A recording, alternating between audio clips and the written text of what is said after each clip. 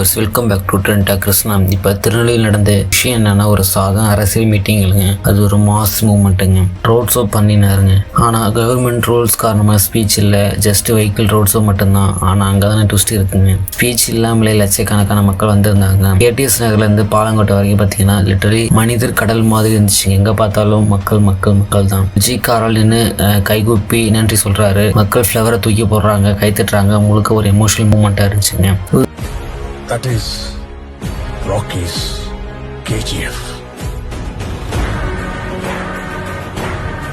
இது சாதாரண ரசிகன் கூட்டம் இல்லைங்க, ஒரு பாலிட்டிக்கல் சிக்னல் சொல்லலாம். முக்கியமான கேள்வி என்னன்னா, இது வெறும் ஹைப்பா, இது உண்மையான பாலிட்டிக்கல் வேவா? டிவிகே ஸ்டார்ட் பண்ணதுக்கு அப்புறம் விஜய் ஃபுல் ஃபோக்கஸ் பாலிடிக்ஸ் தான். அவருடைய டார்கெட் என்னன்னா, தமிழ்நாட்டில் 234 சீட் எல்லாமே கான்டெஸ்டன்ட் பண்ணணும். இது ரொம்ப பெரிய சேலஞ்சிங். ஆனால் அந்த திருநெல்வேலியோட பார்த்த அவர் ஸ்ட்ராங் கிரவுண்ட் சப்போர்ட் இருக்கும் போல தெரியுதுங்க. இன்னொரு இன்ட்ரெஸ்டிங் பாயிண்ட் என்னன்னா, கவர்மெண்ட் ரூல் ஸ்ட்ரிக்டா இருந்தாலும் ஸ்பீச் கூட பண்ண முடியல. பட் ஆனாலும் அந்த க்ரௌடு குறைக்கல, அதுவே இன்னும் கியூரியாசிட்டி இன்க்ரீஸ் பண்ணியாச்சுங்க.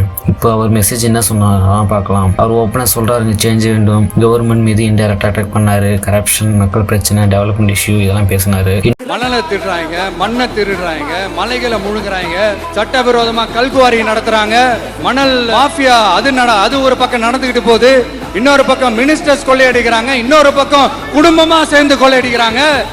டாஸ்மாக்ல ஊழல், நகராட்சி துறையில ஊழல், இப்படி ஊழல் ஊழல், ஆட்சி முழுக்க ஊழல் ஊழல்லே ஊறி போய் நாரி போய் கிடக்குது. எந்த மூஞ்ச வச்சுக்கிட்டு சார் வந்து ஓட்ட கேட்பீங்க?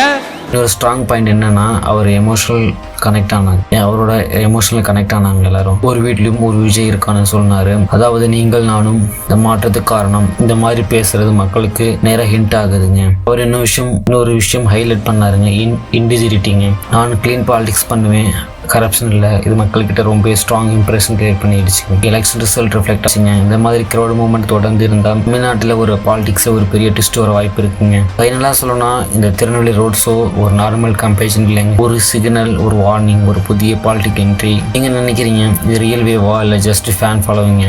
கமெண்ட் சொல்லுங்கள். வீடியோ லைக் பண்ணுங்கள், ஷேர் பண்ணுங்கள், சப்ஸ்கிரைப் பண்ணுங்கள். நெக்ஸ்ட் வீடியோ மீட் பண்ணலாம். Thank you for friends.